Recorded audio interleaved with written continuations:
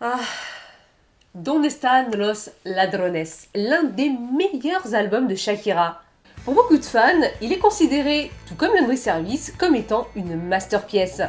Un album débordant de tubes, rock à souhait, qui va faire de Shakira l'une des figures majeures de la musique latine. En ce 29 septembre, jour du Shakira's Day, je tenais à rendre hommage à ma manière à cet opus, mais pas seulement. Et pour celles et ceux qui ne le connaîtraient pas, Donde están los ladrones est le quatrième album studio de Shakira, sorti le 29 septembre 1998 sous le label Sony Music Latine. Cinquième album, tu veux dire? Non, non, son quatrième. Ah oui, je vois où tu veux en venir. Il est mentionné comme étant son quatrième album, c'est vrai, mais si vous prenez en compte l'album The Remix sorti en 1997, alors il devient son cinquième album studio. Album qui va très vite devenir l'un des albums en espagnol le plus vendu aux États-Unis en moins d'un an. Il remportera les plus grandes récompenses, recevra les critiques les plus élogieuses. En bref, il sera considéré comme étant l'un des meilleurs albums de sa carrière. Et même encore aujourd'hui, l'album se vend toujours. Pour vous donner un ordre d'idée, en 2009, l'album se serait écoulé à 7 millions d'exemplaires. Et en 2020, le magazine américain Rolling Stone l'a classé parmi les 500 meilleurs albums de tous les temps. Des récompenses, en veux-tu, en voilà, public et médias conquis, tout semblait idyllique entre Shakira et son quatrième album. Après le succès retentissant de son troisième album, Piel Descalzos, Shakira lance enfin sa carrière de chanteuse et devient ainsi la nouvelle étoile montante de la musique latine. Shakira va alors crouler sous les propositions de maisons disques concurrentes. L'heure était à la réflexion. Car oui, à ce moment-là, elle arrivait au terme de son contrat de 3 albums avec Sony Music. Il fallait donc faire un choix, rester avec Sony Music, avec qui ça n'a pas toujours été facile, ou signer avec un autre label.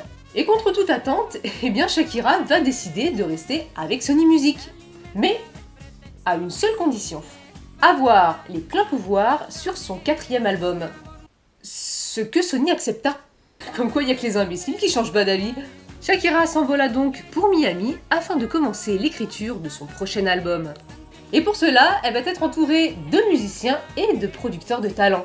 Jero Martinez, ami et promoteur de Shakira à l'époque, va lui faire rencontrer l'une des pointures de la musique hispanique, Emilio Estefan, à qui on doit de bien belles carrières, comme celle de sa femme Gloria Estefan, Enrique Iglesias ou encore Thalia. Donc ouais, pas n'importe qui, hein. Et cette rencontre va être plus que bénéfique pour la suite de sa carrière, car Emilio en est persuadé, Shakira a le potentiel pour pénétrer le marché américain. L'American Dream, oui, mais pas question pour Shakira de perdre à nouveau sa créativité musicale et son identité. En aucun cas, elle ne voulait revivre les mêmes cauchemars du temps de Magia et de Peligro. Avant de signer leur contrat, les rôles ont été définis. Emilio sera le manager et le producteur exclusif et Shakira aura le contrôle total sur l'aspect artistique de l'album. Et une fois le contrat signé, Shakira commence sans plus attendre l'écriture de nouvelles chansons. C'est au Crescent Moon Studio de Miami que Shakira débuta en janvier 1998 l'enregistrement de son nouvel album. Elle va alors s'entourer de musiciens et de producteurs de talent comme Luis Fernando Ochoa, Lester Mendez ou encore Pablo Flores. Mais surtout, elle fera la connaissance d'un musicien que l'on connaît tous et qui deviendra son batteur attitré, Brandon Berkeley. Shakira sait que ce quatrième album sera attendu au tournant et que beaucoup n'hésiteront pas à la juger en raison de l'étiquette de phénomène qui lui a récemment été attribuée avec le succès de Piel Descalzos.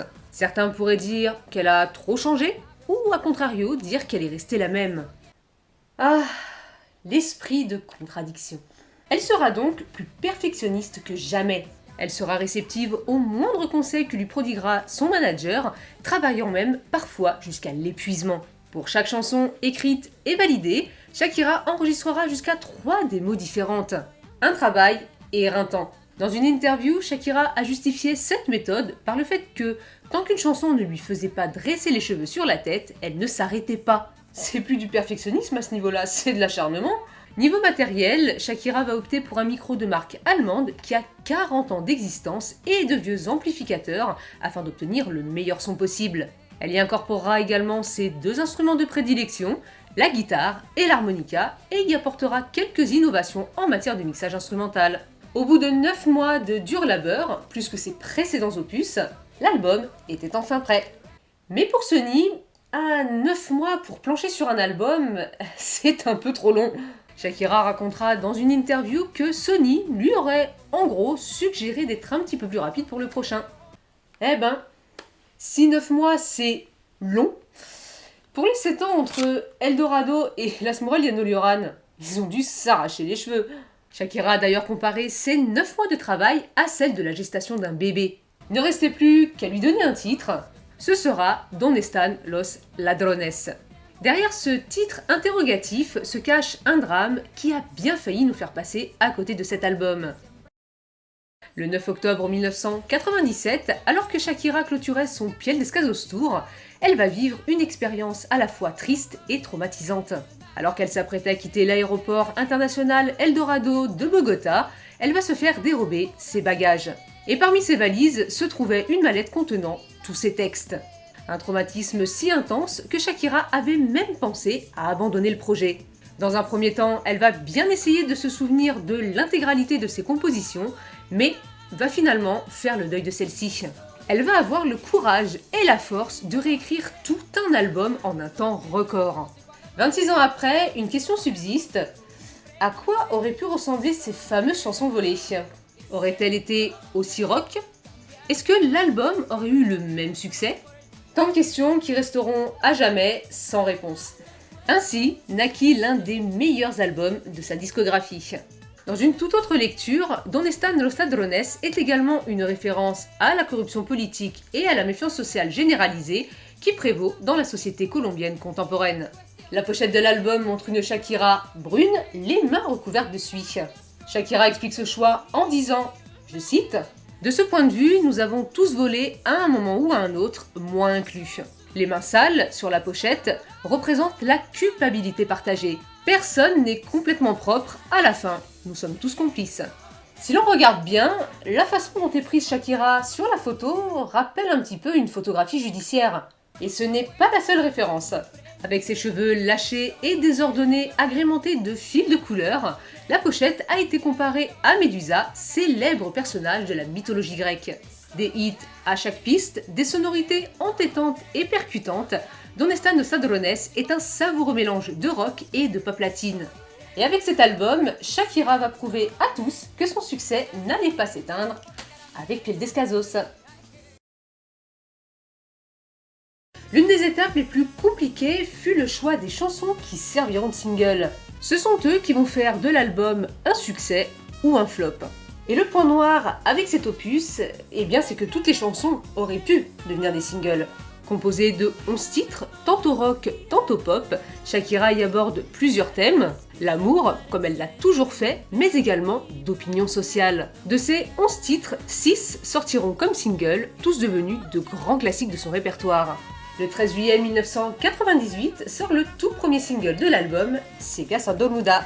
Et le succès ne s'est pas fait attendre. Il deviendra immédiatement un tube en Amérique latine, se classant numéro 1 dans plusieurs classements musicaux tels que le Billboard Hot Latin Track. Ciegas a Dormuda y restera pendant 4 semaines consécutives et se classera même numéro 1 dans plusieurs pays d'Amérique latine. Il recevra des critiques positives de la part de la presse qui saluera entre autres l'instrumentation soignée allant jusqu'à la comparer à Estoy Aquí. Ce titre pop aux influences mexicaines, composé par Shakira et Stefano Salgado, raconte l'histoire d'une femme complètement aveuglée par l'amour. Elle parle de cet état brutal, aveugle, sourd et muet d'une femme qui se serait laissée abuser par un homme par amour.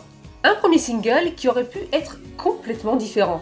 Dans sa grande stratégie marketing, Sony voulait en lead single une chanson à la fois énergique et entraînante.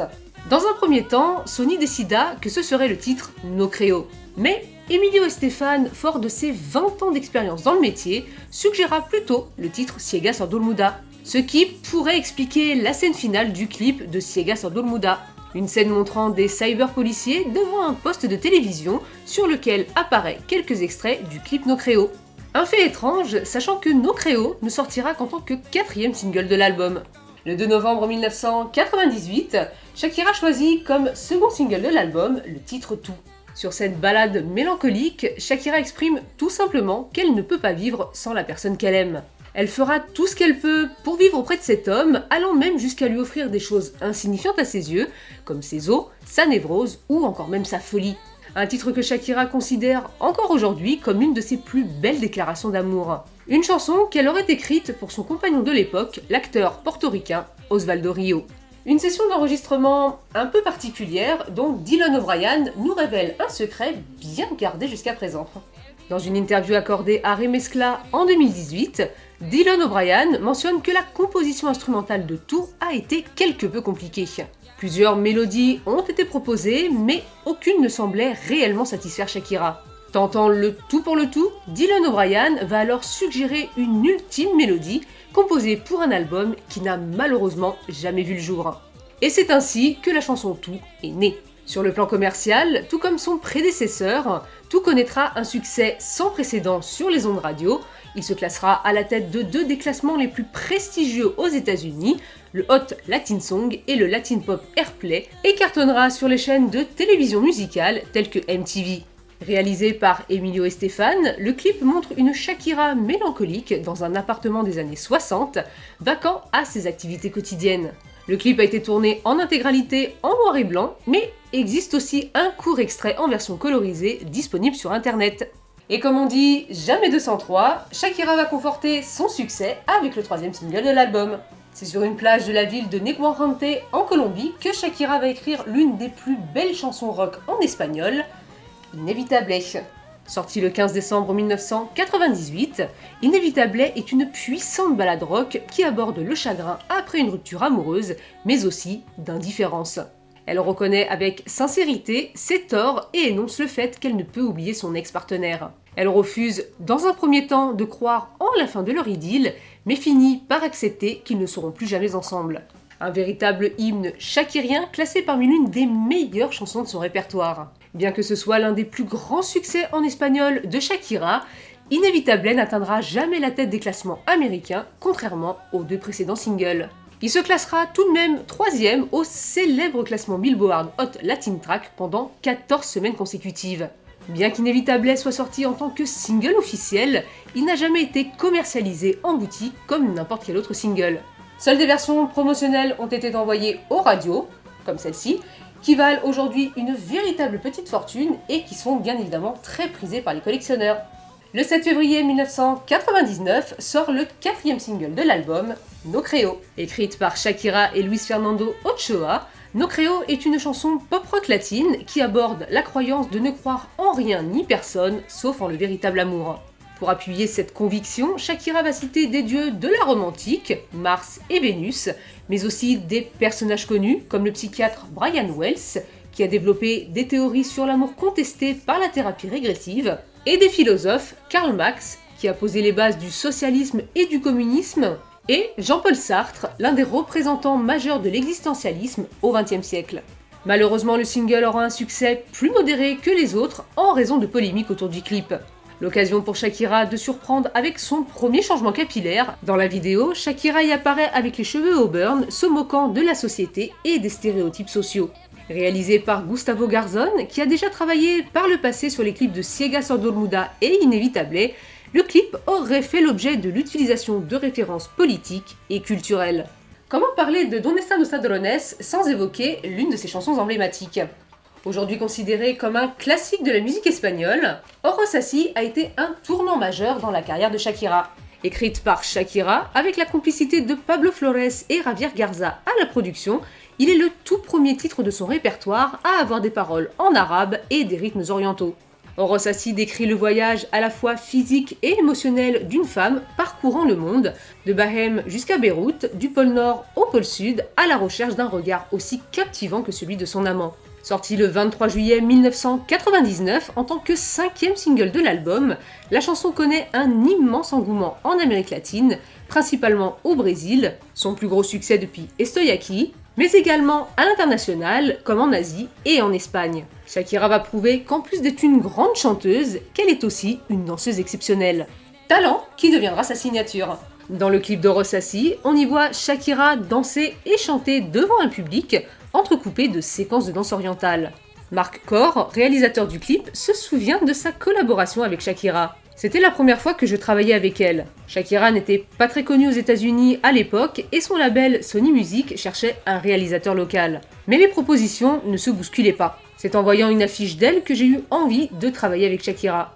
Marc Kor avait déjà travaillé sur des vidéos très populaires aux États-Unis comme Hand in My Pocket d'Alanis Morissette ou Just a Girl de No Doubt, ex-groupe de la chanteuse Gwen Stefani. Ce qui a convaincu Sony Music, c'est la façon dont Marc mettait en valeur les artistes avec qui il collaborait.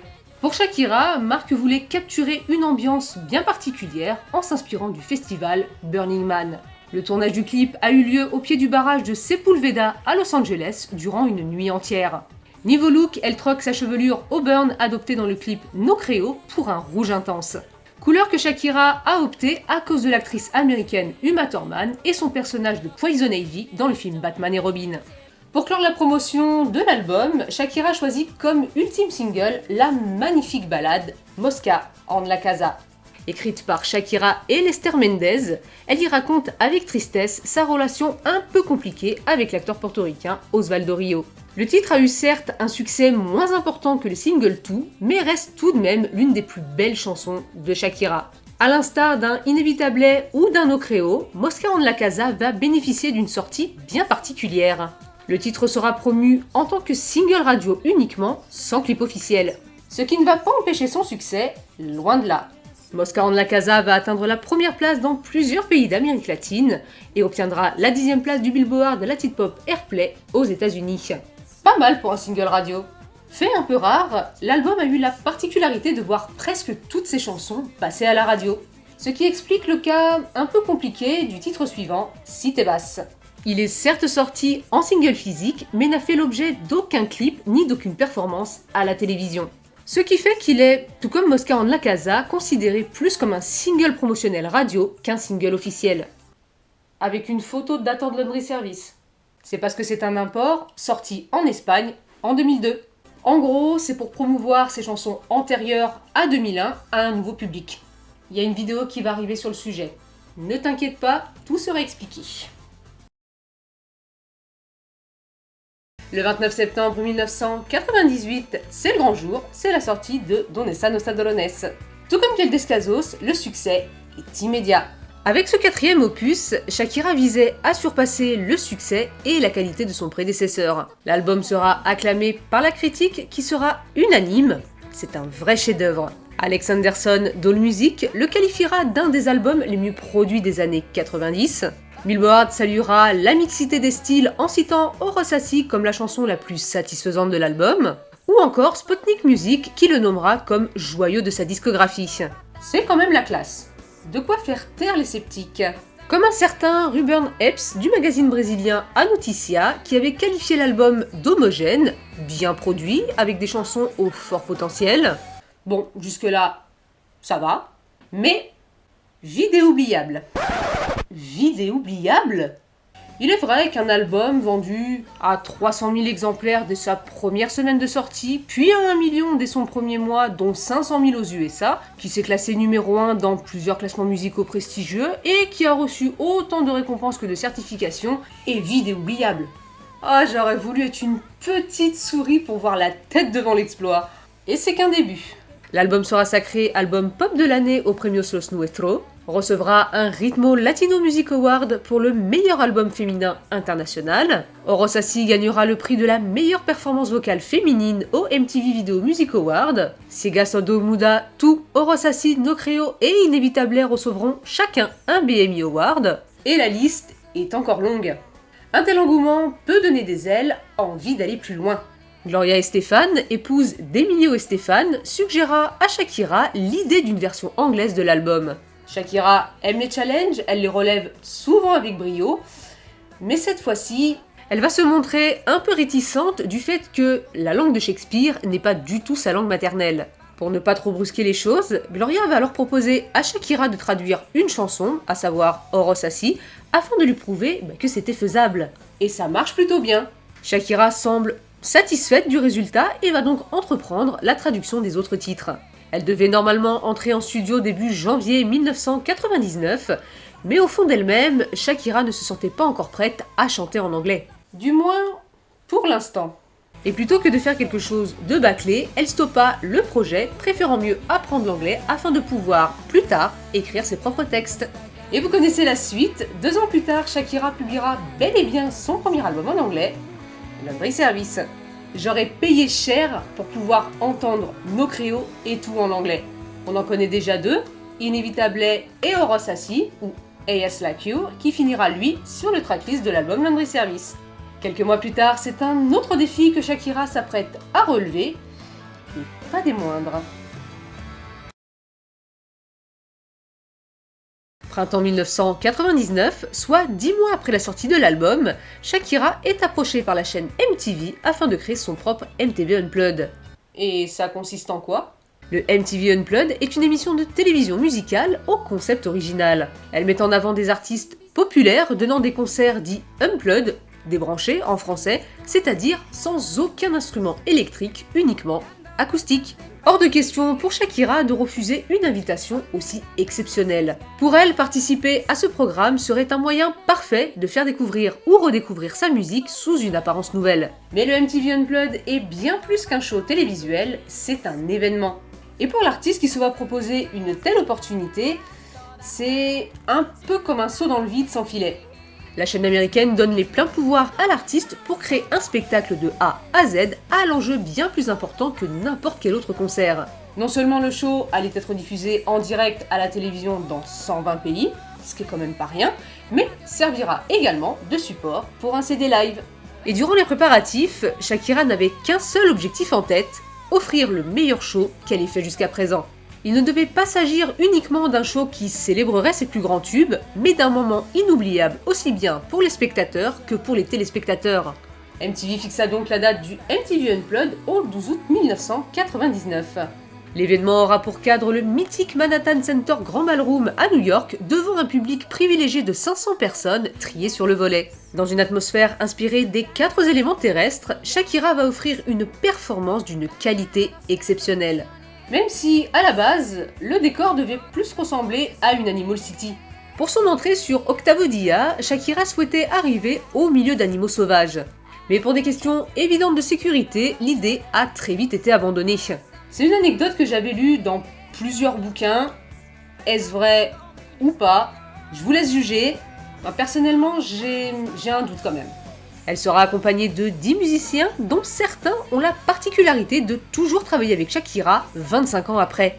Brandon Berkeley, Tim Mitchell, Albert Melendez, fidèle depuis Donde Están los Ladrones, ou encore Luis Fernando Ochoa, ami et collaborateur de Shakira depuis Piel Descalzos. Durant 50 minutes, elle va y interpréter 10 des 11 titres de son dernier album, à l'exception de Que Velvas, remplacé par Estoyaki, dans des versions totalement réarrangées. La version arabique d'Orosasi est celle de Ciegas en Dormuda dans la plus pure sonorité mexicaine, accompagnée de la troupe de mariachi, les Los Mora Arriaga.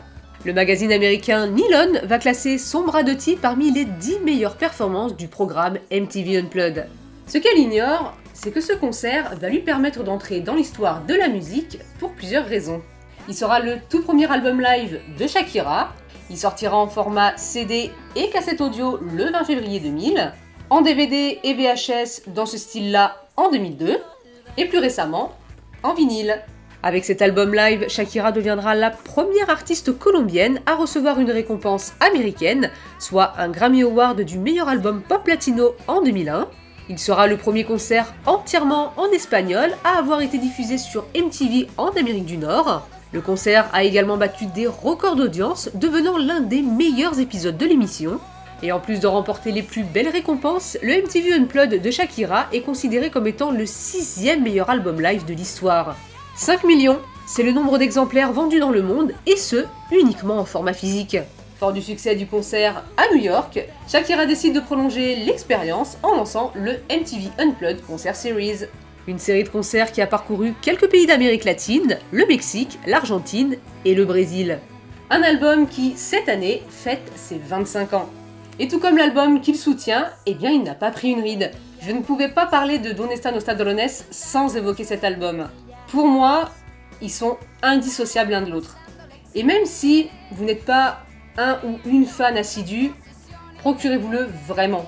Pour la prochaine Album Story, il sera question de l'album de la dernière chance.